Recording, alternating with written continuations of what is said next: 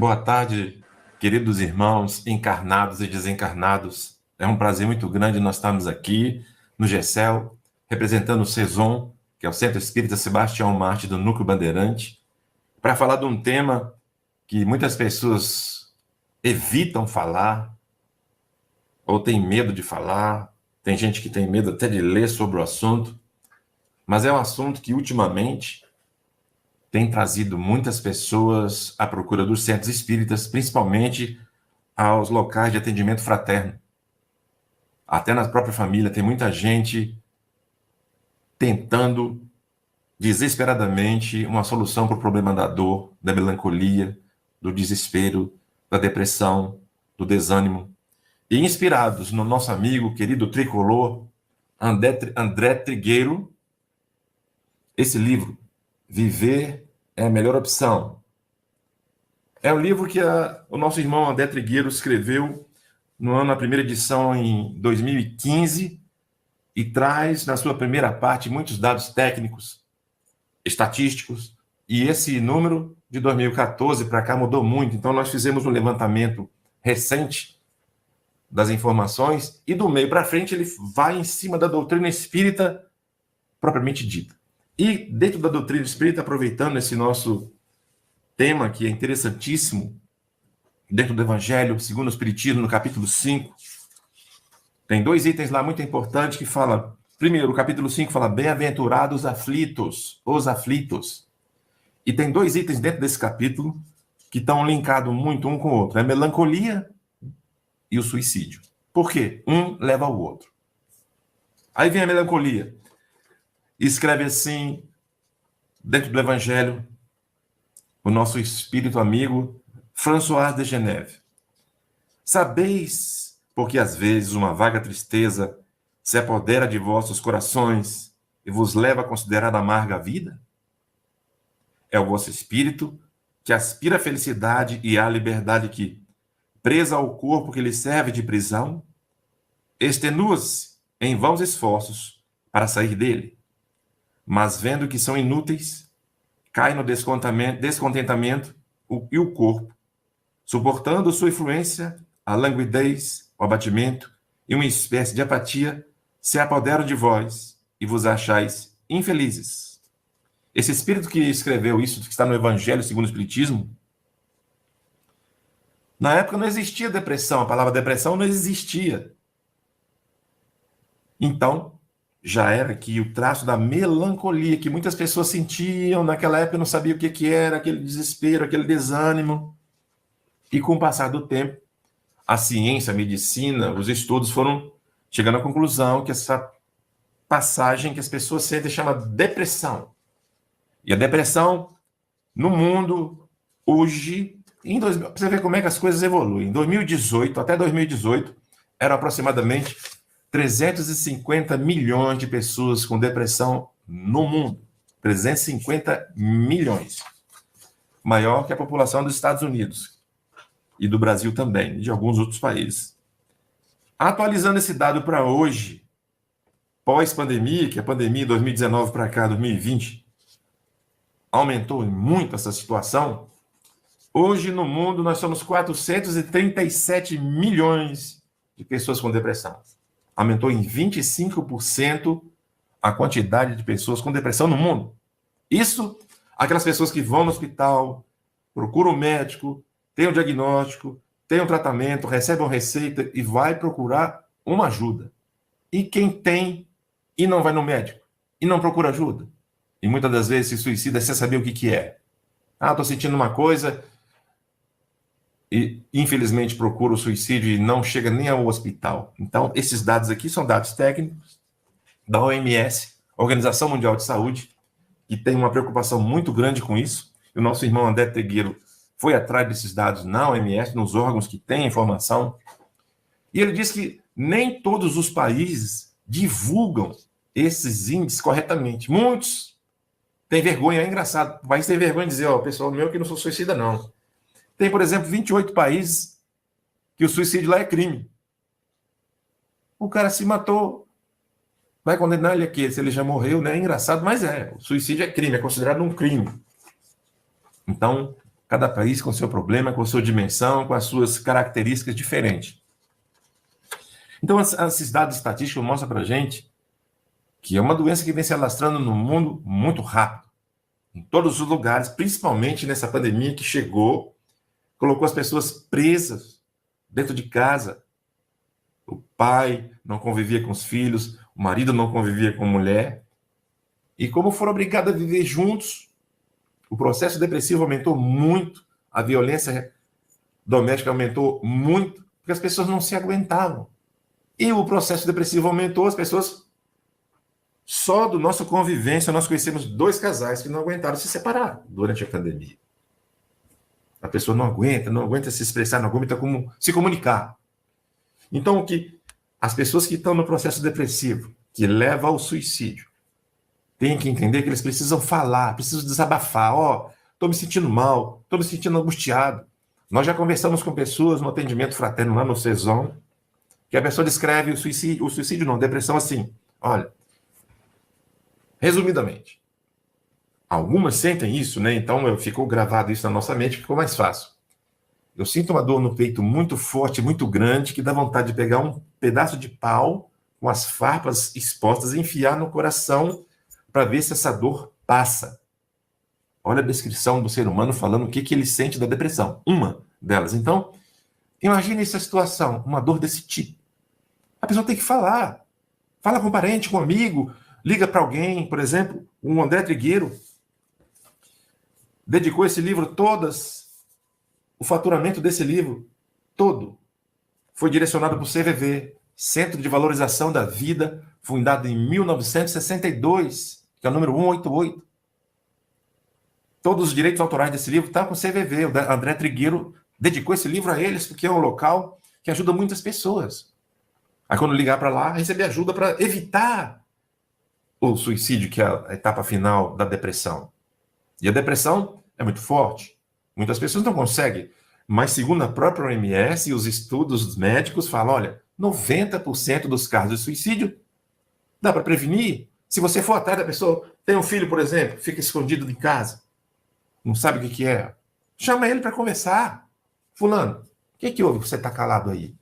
Ou a mulher, ou o marido, ou a mãe, ou seja quem for amigo de trabalho. Fulano, o que aconteceu? Por que você está quieto assim? Não, força a pessoa a falar, tenta conversar. Você vai tirar aquele espírito de uma situação dificílima que muitas vezes pode levar ao suicídio, infelizmente.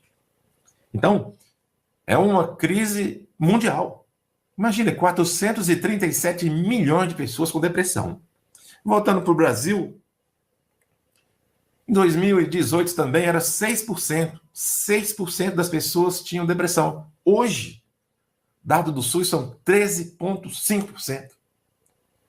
Só em 2020, 285 mil pessoas se aposentaram por problemas depressivos, síndrome do pânico, atentado, suicídio. 285 mil pessoas só no Brasil. Então a gente vê que é um problema de saúde. É um problema de saúde. E não tem médico suficiente, não tem pessoa suficiente para atender. Então os centros espíritas hoje estão trabalhando no atendimento fraterno como um paliativo, para diminuir a pressão sobre o sistema de saúde. Então, muitas pessoas têm procurado o centro. Chega cá, pessoas falam assim, olha, eu ia me suicidar. Às vezes você faz uma palestra, acaba de fazer a palestra, a pessoa, olha, muito obrigado, eu ia me suicidar. Mas ouvi a palestra aqui agora, eu já penso diferente. Por quê? Porque a doutrina espírita é a que traz para a gente a clareza que a vida não acaba. A vida continua nós somos eternos e não adianta se matar, você não vai morrer. Não adianta se matar, nós vamos para o plano espiritual. Então, existem situações que a gente precisa ficar atento. Por exemplo, cada 40 segundos no mundo uma pessoa se mata. Dados técnicos que estão na OMS. Então, no Evangelho, segundo o Espiritismo, na parte do suicídio, nós primeiro falamos da melancolia, que é a depressão. Agora vamos falar um pedacinho do suicídio que está dentro do Evangelho, segundo o Espiritismo. Muito interessante também.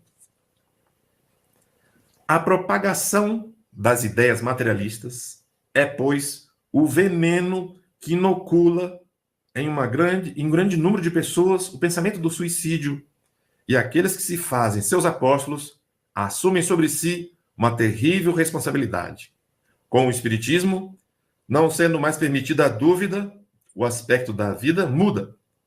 O crente sabe que a vida se prolonga indefinidamente além do túmulo, mas em outras condições. Daí a paciência e a resignação que o afastam naturalmente do pensamento do suicídio. Daí, numa palavra, a coragem moral. O Espiritismo tem ainda, sob esse aspecto, um outro resultado também positivo e talvez mais determinante. Ele nos mostra os próprios suicidas vindo revelar sua posição infeliz e provar que ninguém viola impunemente as leis de Deus, que proíbe o homem de abreviar a sua própria vida.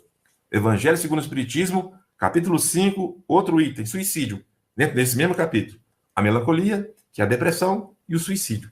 Então, o Evangelho traz para nós essas palavras que deixam muito claro para nós que somos espíritas, fica claro entender. Não adianta você tentar se matar, você não vai morrer. Não vai morrer.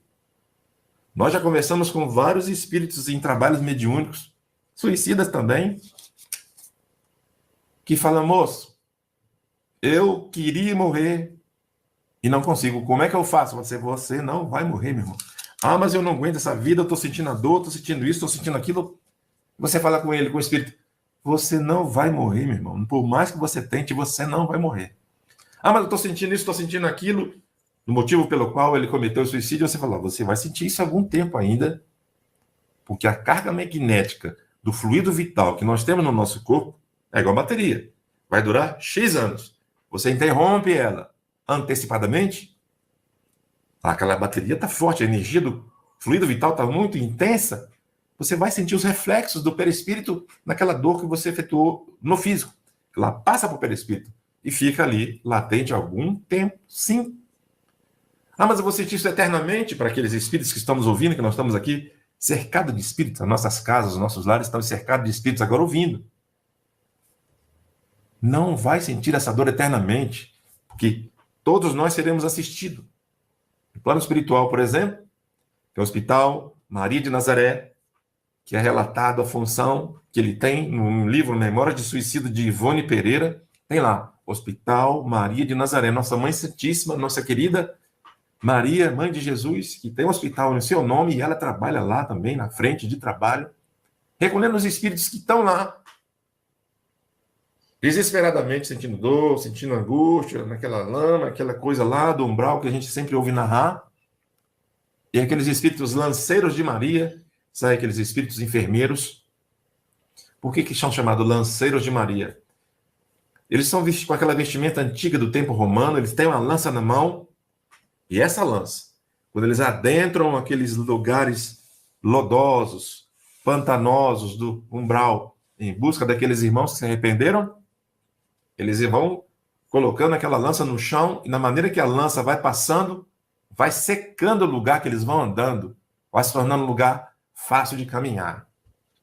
Olha como é que a bondade de Deus funciona lá nos lugares tenebrosos onde as pessoas ficam sofrendo após o suicídio. Então, são coisas que... Quem traz essas informações? Os livros espíritas, a doutrina espírita, que tem uma infinidade de obras falando sobre o assunto. Qual outra religião que explica com clareza o que acontece depois da morte? E para que não se suicidar? Não se suicida, não. Que você não vai morrer. Qual outra religião que explica isso? Só a doutrina espírita. Então nós temos essa bênção de Deus, dessa crença, dessa luz que nos ampara sempre nesses momentos de dificuldade, e a gente vê como as pessoas estão desesperadas. Muitas pessoas desesperadas, às vezes por nada.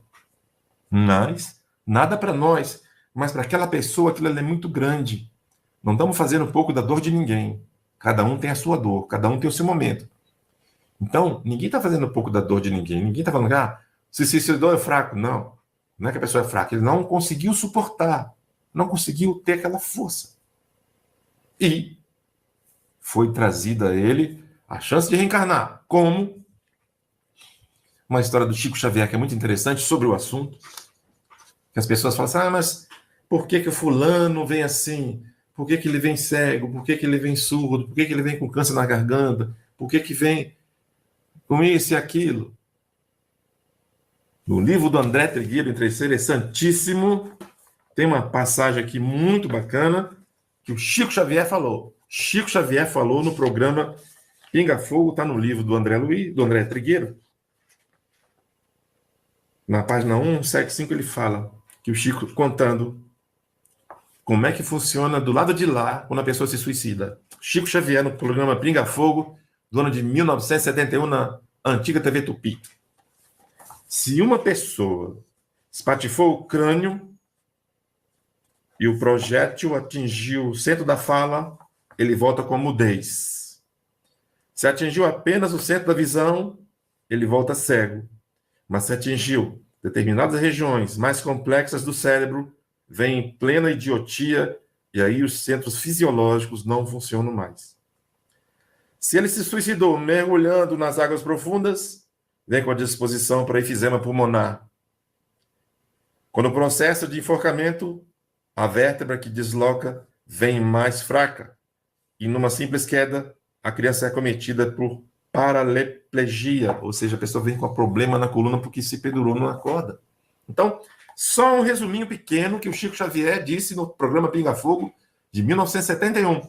Está no livro do André Luiz. Quem quiser ler, é um livro muito interessante e se quiser adquirir ele também vai ajudar o CVV, que é um órgão, uma organização não governamental, não vinculada a nada político, e ajuda muitas pessoas. Então, para mostrar que as pessoas têm as suas deficiências de sentimento. E voltando ao Chico Xavier também, outra história, ele conta que ele saía do trabalho sempre e ia numa favela ajudar uma mãe que tinha um menininho. Esse menininho não tinha os braços, tinha entre 5 e 6 aninhos de idade, não tinha os braços, tinha só as 2 pernas. É uma senhora muito pobre. O Chico ia lá levar alimentos, dinheiro, palavra, dava um passo no menino, e certa vez a mãe dele foi desesperada lá procurar o Chico, falou, Chico, o que foi? Fui no hospital, levei meu filho, o médico falou que ele está com uma infecção muito grande nas 2 perninhas, ele vai ter que amputar as 2 pernas. Então o Chico ficou muito triste, foi lá na casinha dela, no barraco, e viu aquela cena, o menino já nasceu sem os 2 braços, e estava com a infecção nas 2 pernas, ia ter que amputar as 2 pernas. Imagina só para uma mãe, sem dinheiro, sem condição nenhuma, ver um filho nessa situação, e o Chico chegou lá, começou a chorar, foi para perto da janela, pedir a intuição da espiritualidade. O que ele fazia? O Emmanuel se aproximou dele e falou, olha, Chico, essa alma que está aí no corpo desse menino hoje, se suicidou nas últimas 10 encarnações. 10 encarnações, as últimas seguidas, ele se suicidou. E nessa agora, ele, com essa idade tenra que ele tem, de 5 a 6 aninhos, não tem os 2 braços, mas ele já sabe onde tem um rio aqui perto, ele está com o pensamento de ir andando e pular nesse rio para se suicidar a 11ª vez. Portanto, a decisão de Deus e dos espíritos superiores foi que ele perca as 2 pernas para ele não conseguir chegar ao rio e cometer o suicídio pela 11ª vez. Para a gente entender que essas informações, aonde a gente consegue? Nos livros, nas obras de Chico Xavier, as histórias que ele conta, provando que a vida não acaba. E aquela criança que veio ali naquele corpinho debilitado, sem os 2 braços, ia perder as 2 pernas, ela chega e fala, nossa, Deus é mau, por que Deus faz? Deus não faz nada disso. Quem faz somos nós. O que nós temos no nosso corpo hoje, qualquer mazela, é resultado do que nós fazemos com o nosso corpo sempre, em várias encarnações consecutivas. E o menininho ia procurar o suicídio com as perninhas que ele ainda tinha. Para a gente ver que essas informações temos dentro da doutrina espírita, mas essas religiões que não têm essa informação, pensam assim, ó, vou morrer, acabou. Vou acabar com o sofrimento. E não vai. E não vai. No livro Céu e Inferno, Allan Kardec também fala assim, em regra, o homem não tem o direito de dispor da vida. Por isso que esta lhe foi dada visando deveres a cumprir na terra. Razão bastante para que não abrevie voluntariamente sob pretexto algum. Mas ao homem, visto que tem o livre-arbítrio, ninguém impede a infração a essa lei. Sujeitas, porém, às suas consequências, que a gente viu. O menininho não se macerou seu corpo várias encarnações através do suicídio, veio com aquele corpo com problema. Vem com problema, sim. Então são consequências que a gente vê. Você vai no hospital, como no Hospital Sara Kubitschek, vai lá naquela área das crianças, com hidrocefalia. Quem tiver, ou quem já foi lá, que não conhece a ala, como você vai lá, às vezes, visitar como voluntário, dar um passo naquelas crianças. Tem criança lá que a cabeça tem 5 litros de líquido e o corpo pequenininho.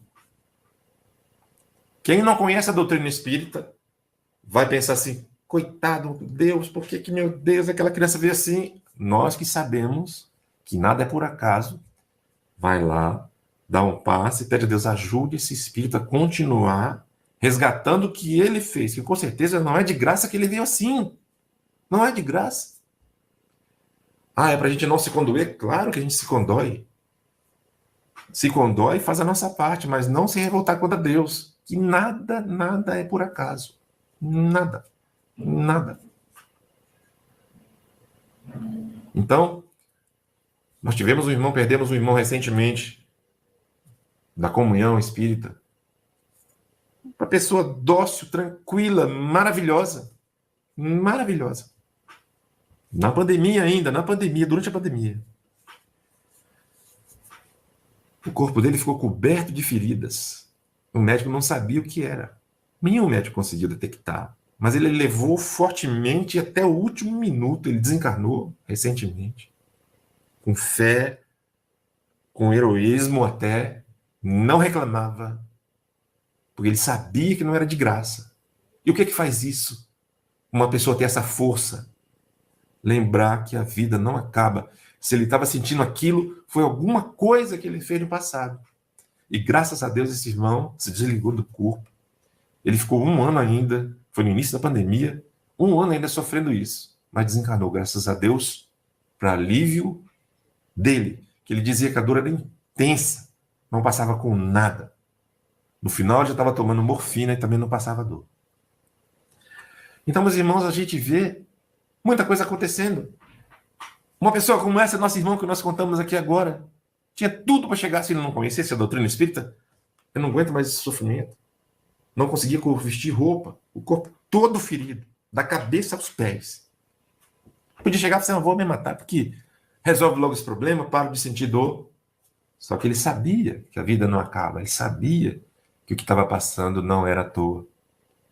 Então, meus irmãos, aqueles que estão ouvindo essa preleção que nós estamos fazendo aqui agora, que tem qualquer problema, seja qual for, eleve o seu pensamento a Deus.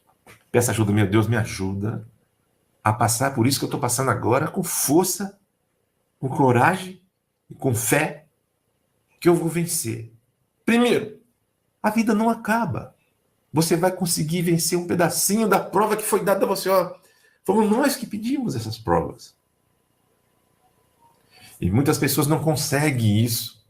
Busca os vícios, o álcool, a droga, e vários tipos de drogas. E nós sabemos que tem drogas lícitas e drogas ilícitas. Em alguns países alguma coisa é liberada, outros não. O que faz mal ao nosso corpo é uma droga. Qualquer excesso de qualquer coisa que faz mal ao nosso organismo físico é uma droga. Se está atrapalhando o seu funcionamento do seu organismo, É um suicídio indireto. O que que é? Não interessa, nós sabemos. Qualquer tipo de acessórios que nós temos, ou comida, ou bebida, ou fumo, que faz mal ao meu corpo, eu sei, como doutrina espírita que eu conheço, que é um suicídio indireto. Tem como ser diferente? Não, ela explica isso nos livros. É proibido? Não. Nada é proibido. Como está aqui, vamos repetir a última frasezinha que o Allan Kardec colocou no seu inferno. Assim, o homem sujeita-se, porém, às suas consequências de tudo que ele faz. Não tem como ser diferente. O próprio André Luiz, o André Luiz, ficou 8 anos no umbral sendo chamado de suicida. Ele não se suicidou. Mas ele bebia, ele fumava, ele teve sífilis e etc, etc. Penou no umbral como suicida. André Luiz. É só ler as obras que a gente vai chegar nessa conclusão e estão lá as informações. Então, é um tema pesado, um tema difícil. Muita gente, não vou escutar isso, não quero ouvir. Mas a humanidade está precisando muito de ajuda. Quem puder, se você tem... Pense agora, você que está ouvindo aqui, pense agora num amigo, num parente. Quem eu já vi que está diferente, que está meio calado, está meio escondido. Vá atrás dessa pessoa. Procure ajudá-lo. Procure conversá-lo, tirar ele dessa situação de introspecção. O que acontece hoje? As redes sociais. Nossa Senhora. O cara tem 1000 seguidores. Quantos amigos ele tem fisicamente? Nenhum. O que adianta você ter 1000 seguidores se você não tem ninguém para dar um abraço apertado, chorar do lado, ajudar a enxugar as lágrimas? Falar, meu amigo, vem cá. Fala o que você quiser. Que ninguém fala o que quer, que tem coragem na internet, não. Todo mundo bonito. Deixa eu ver se eu tô bonito. Põe até filtro, né? Para ficar mais bonito, para sair diferente do que ele acha que ele é. Não se aceita nem como ele é. Então é sofrido isso. Então uma amizade física, fora de internet, fora de tudo, é muito melhor você dar abraço no amigo. Foi fulano, vamos dar uma volta de bicicleta? Vamos ver o jogo, vamos conversar. Vem aqui para casa para conversar, conversa fiada. Vamos fazer uma comida aqui, vamos fazer um feijão com arroz aqui. Está faltando isso hoje em dia, principalmente nos jovens. Não existe mais isso. O amigo do jovem é um celular, é rede social. É tudo fictício, tudo virtual. Não existe contato. Isso está levando as crianças, que também é um dado estatístico, a maioria das pessoas que se suicidam estão entre 15 e 29 anos. 15 e 29 anos. A maioria das pessoas que se suicidam é do sexo masculino. 60% é sexo masculino. Olha a situação que a gente chegou. A rede social é o vilão disso. Facilita esse tipo de coisa, porque você é feliz aqui na internet, mas está sofrendo na sua vida real aqui atrás da telinha, que ninguém tem nem noção do que está acontecendo com você. Então, vamos incentivar as amizades com nossos filhos, com outras pessoas, com outros parentes, conversar, visitar. Porque, olha, até isso a Covid trouxe, né? Tivemos que ficar afastados. O pai até não podia ver o filho, por exemplo, o pai era médico, a mãe era médica, não podia ver o filho, tinha que entrar na casa, sair escondido. Foi um sufoco muito grande. E nós, que conhecemos a doutrina espírita, precisamos estar preparados que não foi a primeira nem a última pandemia que nós vivemos. Infelizmente, podem vir outras. E nós temos que estar preparados para ajudar as pessoas a conviver. Opa, como é que é viver em isolamento novamente? Graças a Deus a gente está aproveitando essas redes sociais agora, nesse momento, para fazer o bem, para ajudar, para falar, para levar informação. Que é isso que o mundo precisa, de informação. Para não se matar. Porque a vida não acaba. A vida não acaba. Não adianta se matar. Não vai morrer. Como é que é? Como é que é? Vamos estudar a doutrina espírita. Tem um livro, Céu e Inferno, fantástico. No final dele tem várias situações de suicídio, cada um é um caso. No livro Memória do Suicida também, da Ivone Pereira. Então tem várias obras que contam como é que é a vida do lado de lá. A pessoa, olha, não vai para lá não, que você vai sofrer também. Não vai acabar o sofrimento. A Apple já desenvolveu um sistema para ajudar os pais. Olha aqui, ó. A maioria das crianças está com déficit 70% das crianças estão com déficit de falta de atenção por causa do celular. A Apple já conseguiu desenvolver esse software. A tecnologia também já viu, opa, o negócio tá esquisito, porque as pessoas ficam o dia inteiro no celular, o dia inteiro nas redes sociais, e esquece de viver. E às vezes entra em depressão, fica vendo só fulano bonito, e o cara só vive bem, eu tô só sofrendo, vou morrer, eu não sou feliz. E às vezes aquela pessoa que está ali com uma fake news, inventando situações artificiais para falar que é feliz, não é feliz. Então, quanta coisa tem que a gente pode informar para a pessoa, vamos viver mais, vamos abrir a janela, vamos tomar chuva, vamos tomar sol, vamos sentir o frio, vamos botar um agasalho, ajudar quem sente frio, levar um cobertor para quem está sofrendo, ajudar quem está com fome. Isso é um dos motivos que faz você parar de sair da sua telinha ali, sair do seu cantinho, ó. Vamos ver quem está sofrendo aí mais do que eu e ajudar. Isso faz a diferença. A gente consegue melhorar o planeta fazendo essas pequenas ações e também ajudando a gente a sair do quadro depressivo. São situações, por exemplo, quando nós perdemos o emprego, tínhamos 50 anos. Imagina um senhor de 50 anos perdendo emprego, família necessitando disso. Nós já conhecíamos o lado dos velhinhos Maria Madalena. E começou a vir esse sentimento de incapacidade, você não serve para nada, você começa a pensar um monte de coisa e fala, peraí.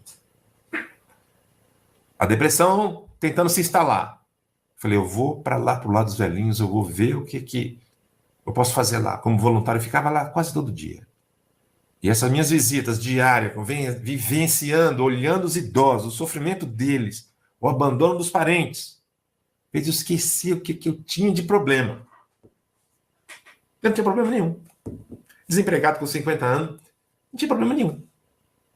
Graças a Deus, depois de 1 ano e meio, consegui novamente me realocar no mercado de trabalho, mas foi 1 ano e meio de visita aos idosos, de visita ao sofrimento. Você vê quem está sofrendo mais do que você, você sai daquele quadro que você é o sofredor, passa a ver o sofrimento alheio e valorizar a sua vida. Aprendi muito e continuo visitando nossos idosos lá dos lados velhinho, Maria Madalena. É uma família muito grande. 90% dos idosos que moram lá são abandonados pela família. Muitos idosos querem se matar, só não conseguem porque a mão não deixa, o braço não deixa. Muitas idosas lá, eu quero morrer, meu filho. Eu falei, não, você não vai morrer, não. Mas eu quero morrer, que meu filho me abandonou aqui. Teve uma senhora que conseguiu morrer, por quê? Ela parou de comer. Não queria comer de jeito nenhum, de tanta revolta com a família que colocou ela lá. Dona fulana, a senhora tem que comer? Não, não vou comer mais. A senhora tem que comer? Não, não vou comer mais. Com 3, 4 meses ela desencarnou. Colocamos na sonda, colocamos alimentação pelo nariz para chegar direto no estômago, mas a vontade dela de morrer foi tanta que ela foi-se embora. A vontade das pessoas, mesmo você falando, olha, essa mamãe vai morrer, não. Não conseguimos fazê-lo desistir dessa vontade de morrer. Então, a informação é uma coisa muito boa para a gente divulgar e abrir para muitas pessoas que precisam de ajuda. Quantas pessoas agora, nesse momento, no planeta estão se suicidando? De 40 em 40 segundos morre um. Quantos já não morreram aqui enquanto nós estamos conversando? Por falta de conhecimento. Quantas pessoas são espíritas no mundo? No Brasil. Pouquinho de pessoas têm o conhecimento. E quem tem o conhecimento, quantos estão indo ajudar? Se dispondo a ajudar as pessoas onde precisam? Quantos estão indo buscar o sofrimento para tentar amenizar um pouquinho a dor do próximo? Para ver se alivia a sua. Você aliviando a dor do próximo, você se sente melhor.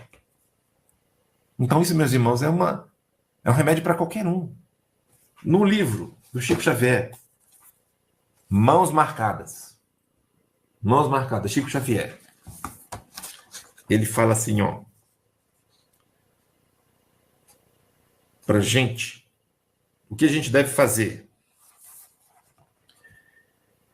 Em nosso testemunho de aplicação com Jesus, é preciso fazer algo.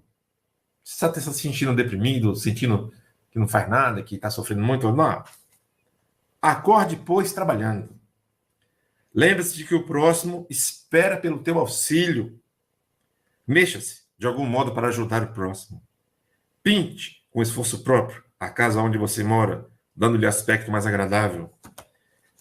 Lave a louça e tire a mesa todo dia que você se serviu. Oh, que legal, eu lavo. Até falo para a mulher aqui, eu lavo, mas não enxugo, não. Limpe uma ferida que sangra. Apare as unhas de um paralítico. Guie um cego na praça pública. Garanta a higiene de onde você viver. Tem gente que realmente não gosta disso, não.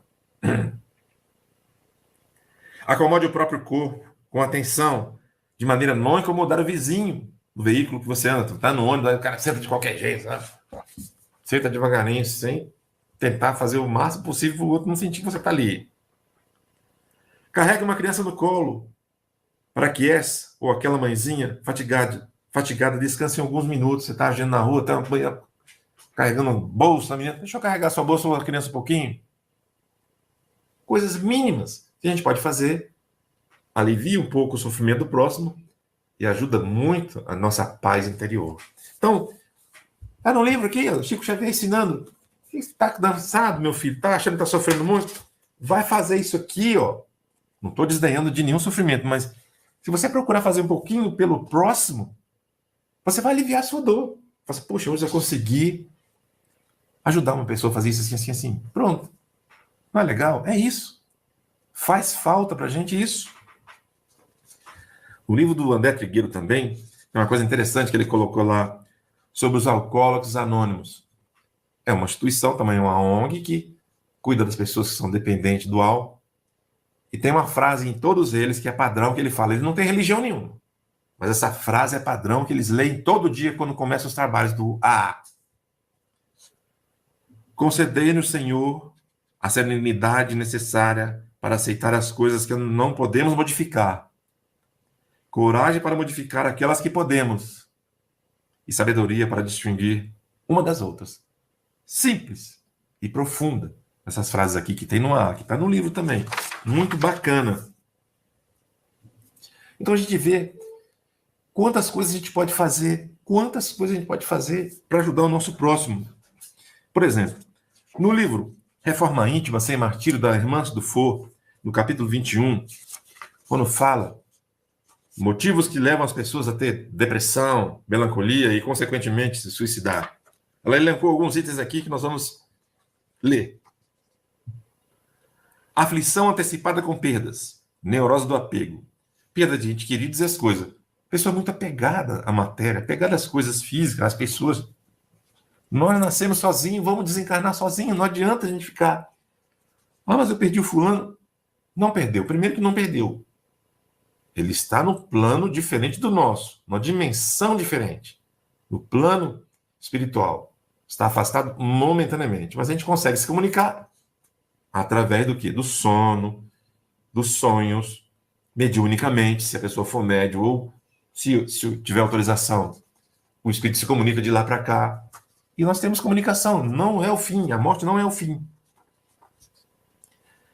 Medo da frustração é outro item. Neurose do perfeccionismo. Tem gente que só quer fazer as coisas perfeitas. Quem é perfeito?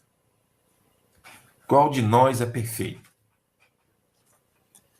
Extrema resistência com alta aceitação. Neurose da vergonha, que a gente volta a falar das redes sociais. A pessoa tem vergonha de aparecer, vergonha de falar.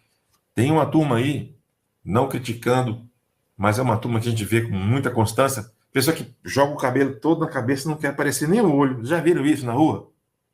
Por que o fulano está escondido daquele jeito? Você não sabe se é homem, se é mulher, você não consegue ver. Toda roupa escondida, bota uma roupa e não deixa aparecer o rosto. Por quê? Medo. Medo de quê? Não se aceita como ele é. Então, meu irmão, se você assim, abre um pouquinho o cabelo para a gente ver o seu rosto. Abre um pouquinho. Nós teremos o prazer de conversar, de conhecer, de ser amigo. Que às vezes as pessoas se fechando dificultam o acesso do outro. Porque o cara está se escondendo ali e não quer falar com ninguém. Isso já é um indício de um perigo daquela criança ou aquele adulto entrar num processo depressivo e chegar às consequências finais, que não é boa. E a gente falou aqui.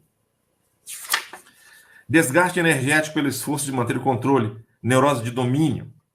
Tem gente que quer resolver tudo, quer mandar em tudo, quer consertar tudo.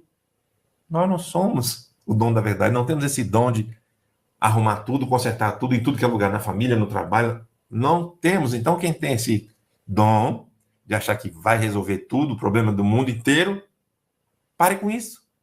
É um indício de levar você à depressão. E o caminho seguinte: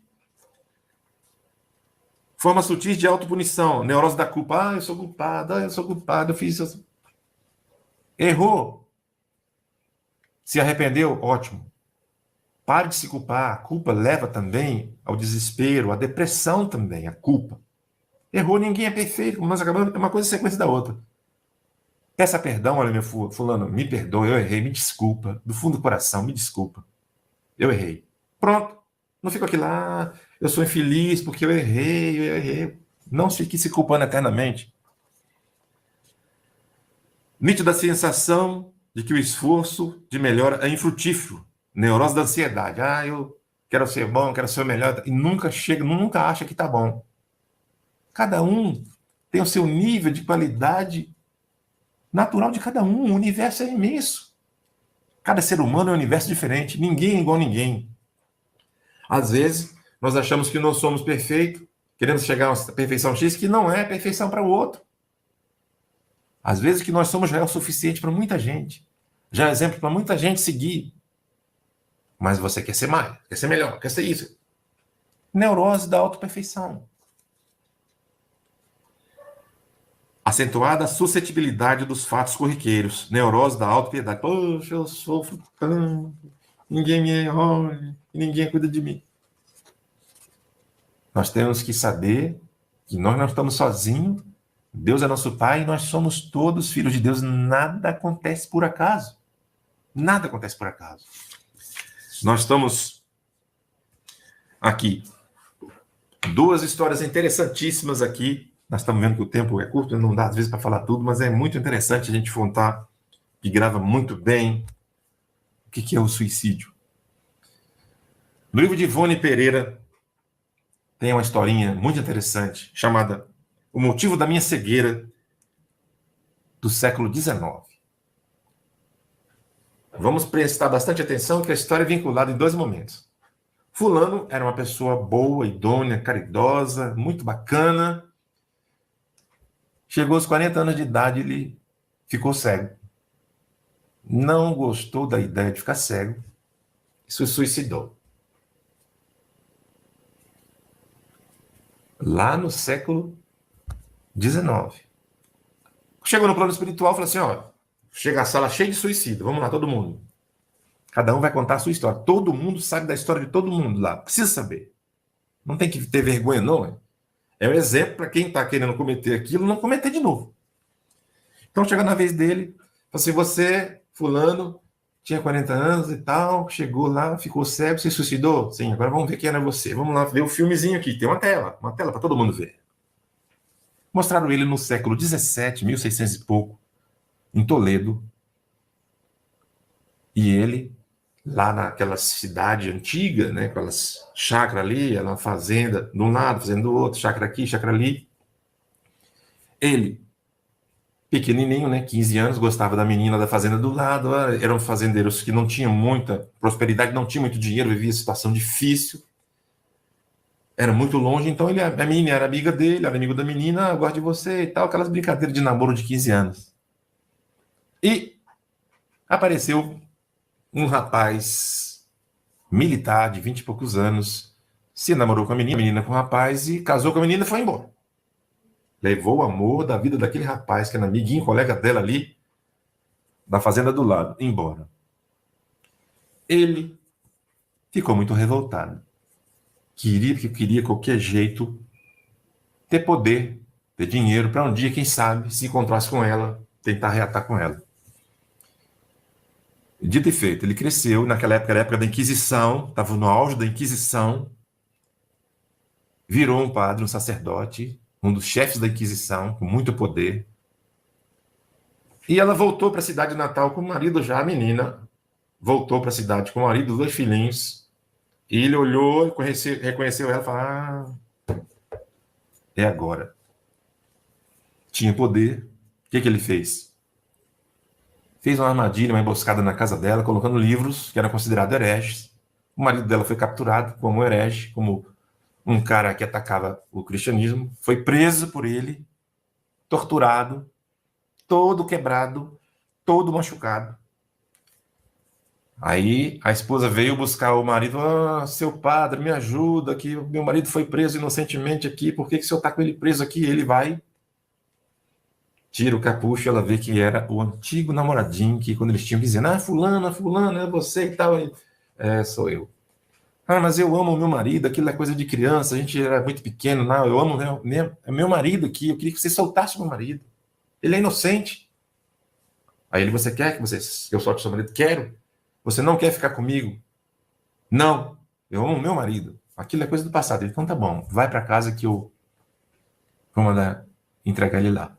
A menina foi embora. Ele pegou os 2 ferros em brasas e atravessou no olho do marido da sua antiga namorada.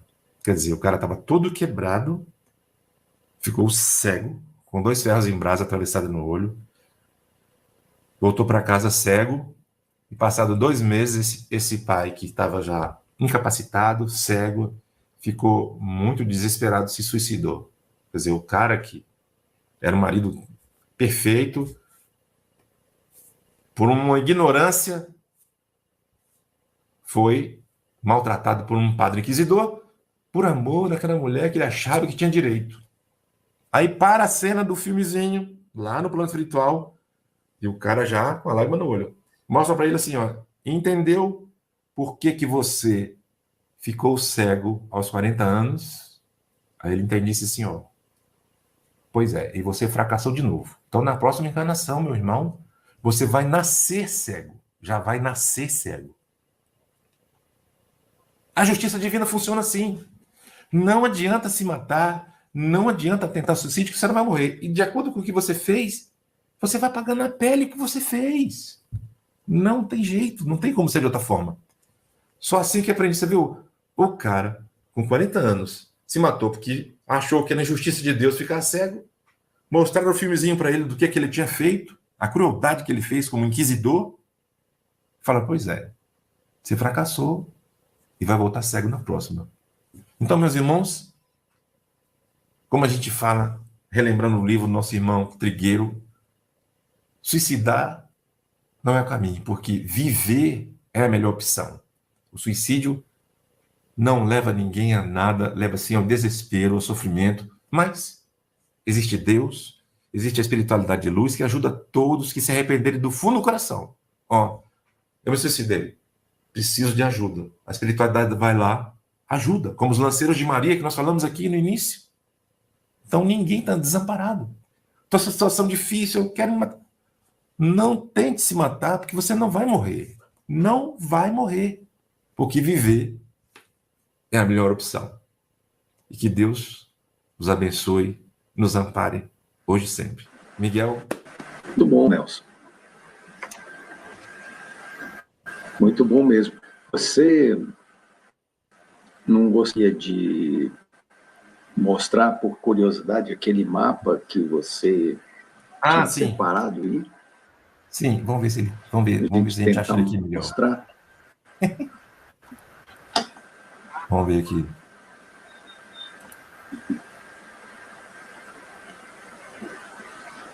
Tá aparecendo?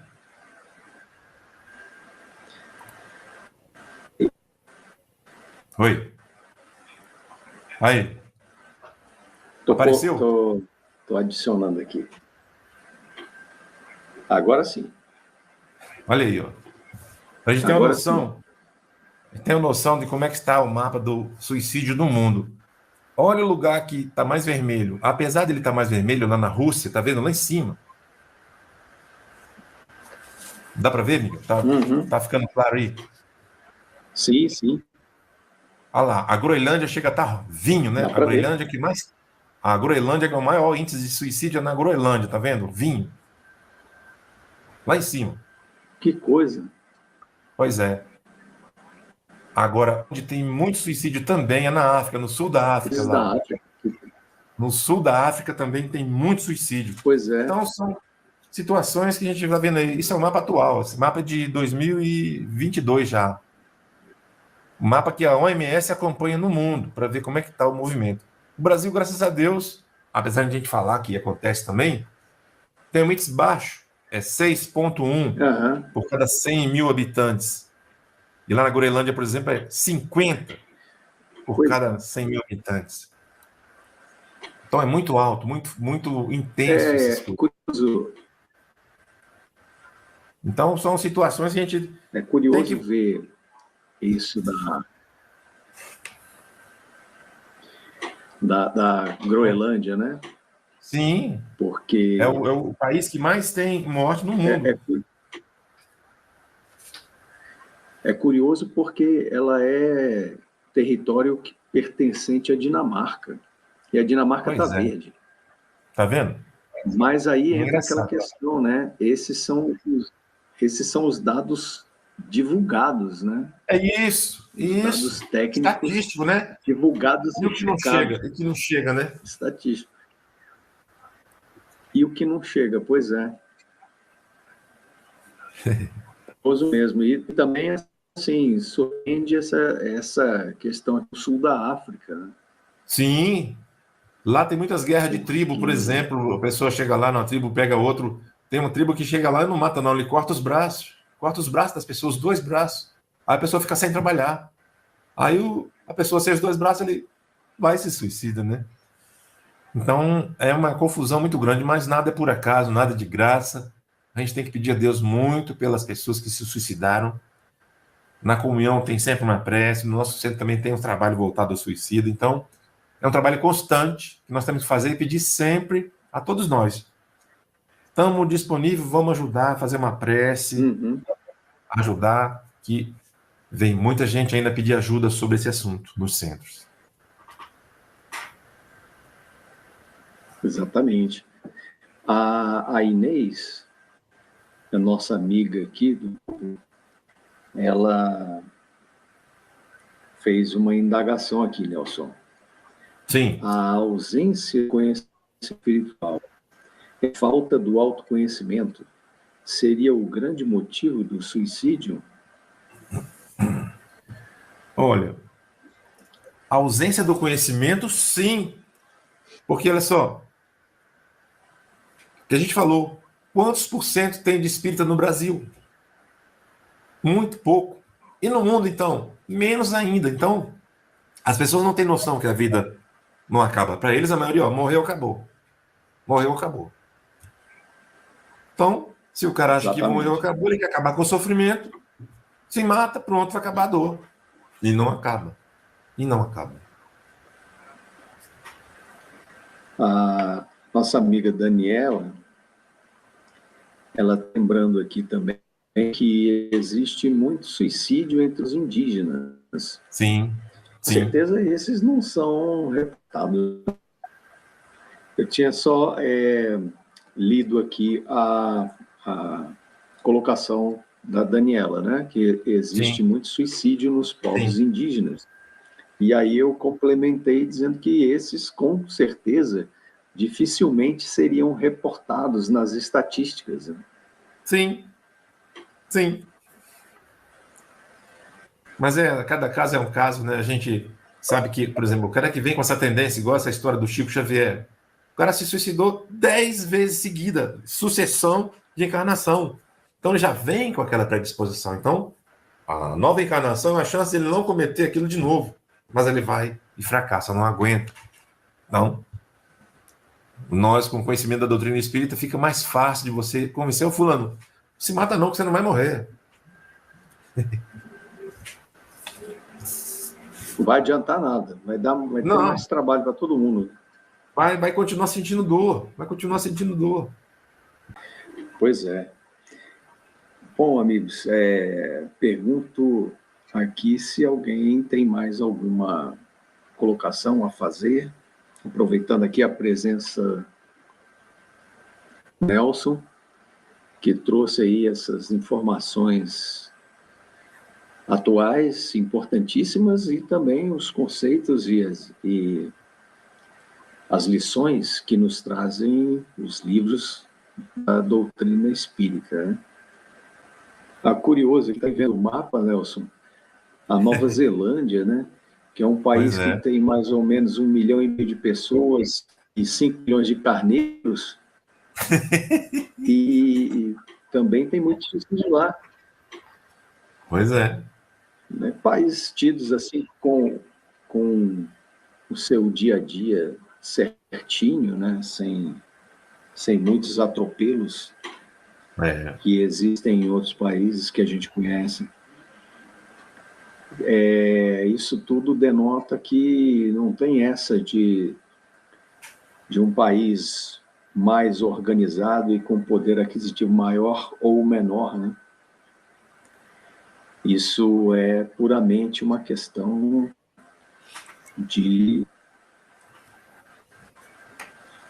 Eu não daquilo que a sabia. Inês citou, né? O conhecimento espiritual.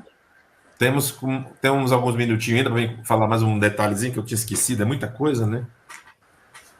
Nós tivemos na Suíça Sim, agora, fale. tivemos na Suíça.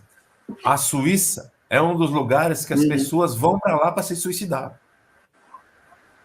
Você acredita nisso? E tá amarelo Turismo. lá no meio da Europa, né? Pois é, olha só, o pessoal vai para lá para se suicidar, porque ele acha que eu quero morrer num lugar bonito. Você já pensou um negócio desse? Olha aí. Pessoas ficam Que doentes, tem coisa. até hotel especializado, ó, fica doente, está com câncer, estágio terminal, ó. Eu vou lá, quero levar a injeção letal e quero ficar num lugar bonito. E vai para lá. É um suicídio.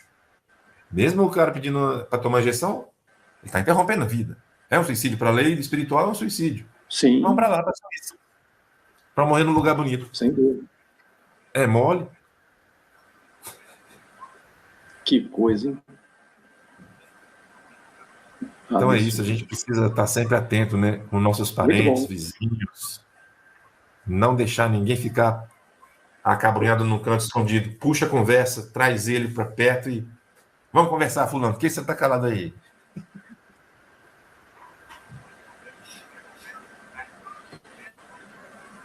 Isso mesmo. Muito bom. Bom, então, aqui não tem mais uma manifestação, ou indagação aqui para o Nelson. Nelson, a gente agradece aqui em nome do Grupo GECEL mais uma vez a sua presença. Eu que E agradeço a chance. esperamos revê-lo em breve, muitas outras vezes. Se Deus quiser.